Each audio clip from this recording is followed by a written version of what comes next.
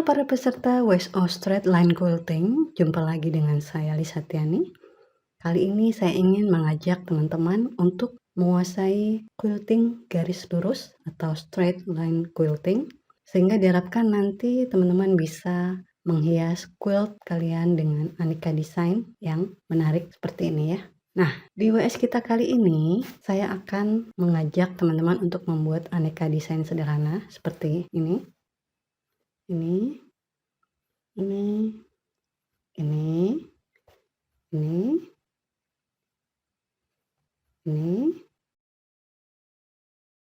ini, dan terakhir ini. Oke.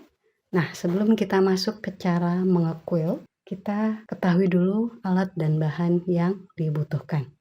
Apa saja? Yuk kita simak. Peralatan yang dibutuhkan adalah mesin jahit. Mesin jahit apa saja bisa kalian gunakan. Bisa mesin jahit portable, mesin jahit high speed atau industri, juga mesin jahit klasik atau mesin jahit hitam. Nah, jika kalian menggunakan mesin jahit high speed, lengkapi dengan servo untuk mengatur kecepatan. Nah, saya sarankan jika kalian mempunyai mesin portable, sebaiknya kita gunakan mesin portable saja ya. Tentunya diharapkan yang mempunyai fitur needle down position. Tapi jika tidak ada ya sudah, tidak mengapa. Nah, yang berikutnya kita siapkan adalah meja ekstensi. Contohnya seperti ini. Ya. Nah, meja ekstensi jika kalian tidak punya, bisa kalian buat sendiri. Caranya sudah saya sertakan ya di link pojok kanan atas. Meja ekstensi bisa kalian buat dari papan kayu, dari styrofoam tebal, dari fiberglass, dan bahan lainnya ya. Tapi jika kalian untuk saat ini tidak punya, tidak mengapa, kalian masih bisa menggunakan mesin jahit biasa tanpa meja ekstensi. Jadi kalian masih bisa menjahit dengan mesin jahit kalian ya. Nah, tapi disarankan kalian mempunyai meja ekstensi sehingga kalian bisa mengequilt ukuran besar dengan baik. Oke, yang berikutnya yang tak kalah penting adalah slider. Nah, contohnya adalah seperti ini. Jika kalian mempunyai slider import, boleh digunakan. Tapi jika kalian tidak punya, kalian bisa mengakalinya dengan menggunakan plastik ya. Plastik apa saja boleh, misalnya dari plastik map seperti ini. Kalian ambil bagian yang beningnya boleh, yang merahnya juga boleh. Nah, atau gunakan ini. Ini hampir mirip karakteristiknya dengan slider import ya. Nanti kalian bisa buang ininya. Cara membuat slider sudah saya sertakan di pojok kanan atas ya. Kalian tinggal klik saja. Teman-teman, fungsi slider adalah untuk memudahkan kita menggerakkan quilt saat quilting. Tapi slider itu tidak selamanya licin ya. Jadi teman-teman harus memiliki cairan pelicin seperti ini beserta lapnya ya. Nah, jadi saya akan contohkan. Di sini kalian lihat ini masih seret ya. Nah, saya tidak buat-buat ya, ini seret. Jadi tidak bisa berjalan dengan baik. Kemudian kita semprot. Kemudian kita usap ke satu arah. Nah, sekarang kita akan tes ya. Nah, sudah mulai agak bergerak ya. Nah, kita terus beri sampai nanti quilt kalian lancar pergerakannya. Oke, kita tes ya. Nah, sudah mulai licin ya. Beda dengan tadi yang agak sulit. Nah, jadi kalian saya sarankan memiliki satu botol cairan pelicin ini. Ini cukup hemat. Ini saya beli belum habis-habis ya, karena kita menggunakannya tidak terlalu banyak. Tapi pastikan kalau kalian sudah merasa kok tidak licin, berarti kalian sudah harus menyemprotnya dengan cairan pelicin ini. Nanti kalian bisa beli di ruang Rafco ya. Yang berikutnya adalah sepatu. Nah, di sini ada beberapa jenis sepatu ya. Nah, ini tergantung dari teman-teman. Saya sarankan kita di latihan kali ini menggunakan sepatu roller foot. yang bentuknya seperti ini ya. Jadi nanti kita akan menggunakan sepatu ini berbarengan dengan penggaris ya. Nah, jadi jika kalian tidak menggunakan penggaris, kalian bisa gunakan sepatu free motion quilting biasa seperti ini ya, atau walking foot yang disertai dengan alat untuk mengukur jarak ya. Nah, di sini saya memiliki beberapa sepatu ruler foot ya, sepatu penggaris. Nah, teman-teman banyak yang bertanya, kalau mesin high speed sepatunya yang seperti apa? Jadi untuk high speed kita gunakan yang lebih tinggi seperti ini. Untuk portable kita punya dua macam ya, yang tertutup seperti ini dan yang terbuka. Nah, ini teman-teman, kalian cek lagi apakah tiang sepatu yang terdapat pada mesin jahit kalian itu berbelah atau melengkung. Kalau belah, maka yang ini tidak bisa digunakan ya, karena nanti mentok di atas. Nah, kalau melengkung ini bisa digunakan. Nah, untuk amannya kalian gunakan yang seperti ini saja ya. Jadi yang atasnya terbuka ya. Jadi bebas untuk dinaik turunkan. Saya memiliki sepatu favorit ya, yang bening seperti ini, karena kita bisa melihat hasil quilting kita ya, lebih jelas. Oke, berikutnya kita siapkan adalah penggaris. Nah, ada dua macam ya, penggaris quilting dan penggaris patchwork biasa. Selain penggaris quilting, kalian harus siapkan penggaris patchwork.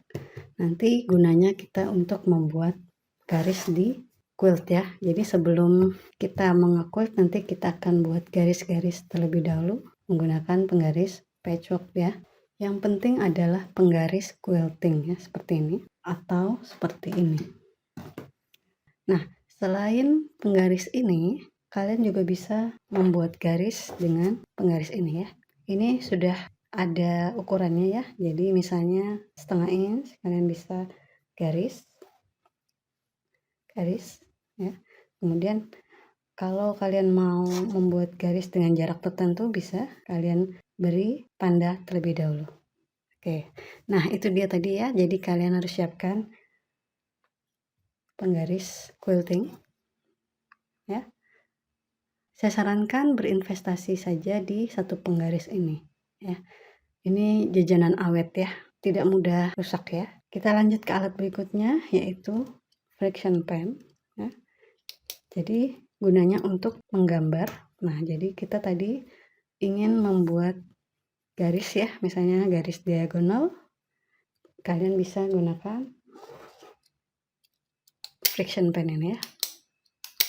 Atau kalau kainnya gelap, kalian bisa gunakan pena putih gel seperti ini. Kalau kalian belum mempunyai penggaris ini, tapi punya ini, maka kalian harus melengkapinya dengan ini, measuring gauge ya. Jadi untuk mengukur jarak kalian gunakan ini ya.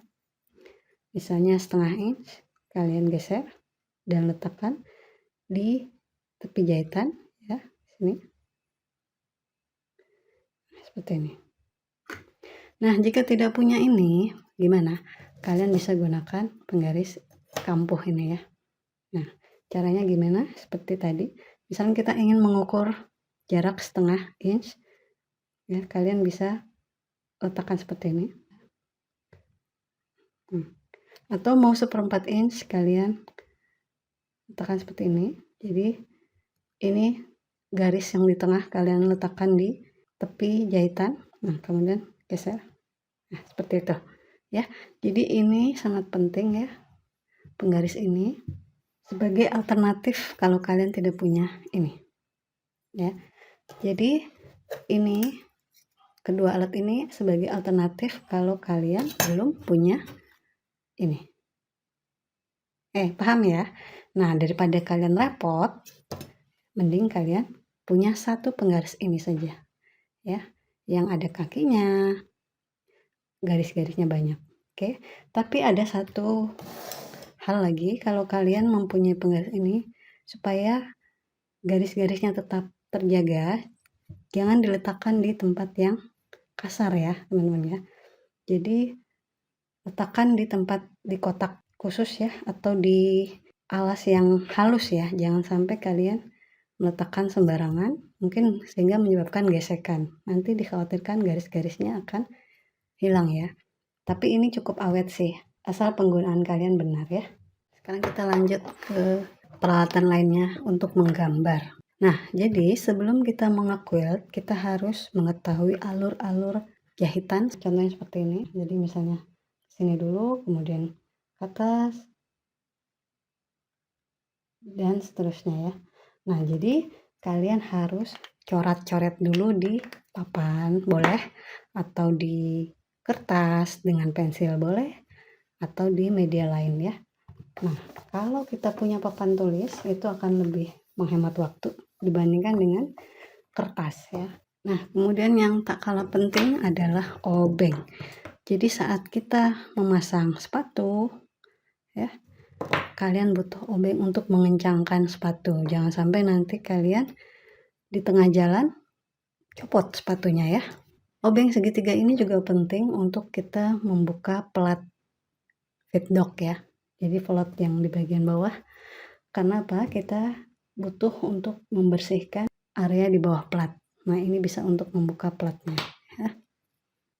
Setelah dibuka, kalian bisa gunakan kuas untuk membersihkan debu-debu. Nah, sekalian saja ya. Jadi kalau mengequilt itu sebaiknya feedlock diturunkan. Nah, jika kalian tidak bisa menurunkan feedlock, boleh pakai penutup feedlock seperti ini. Atau kalian setting jarak jahitan di angka 0.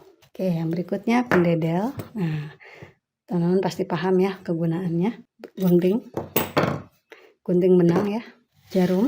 Nah, untuk jarum kalian boleh gunakan 11, 13, 14 boleh ya. Jadi maksimal itu yang 14. Kalau 11 itu untuk dakron yang tipis ya. Jadi yang 3 mili boleh pakai ini, bisa. Kalau dakronnya agak tebal boleh yang 14.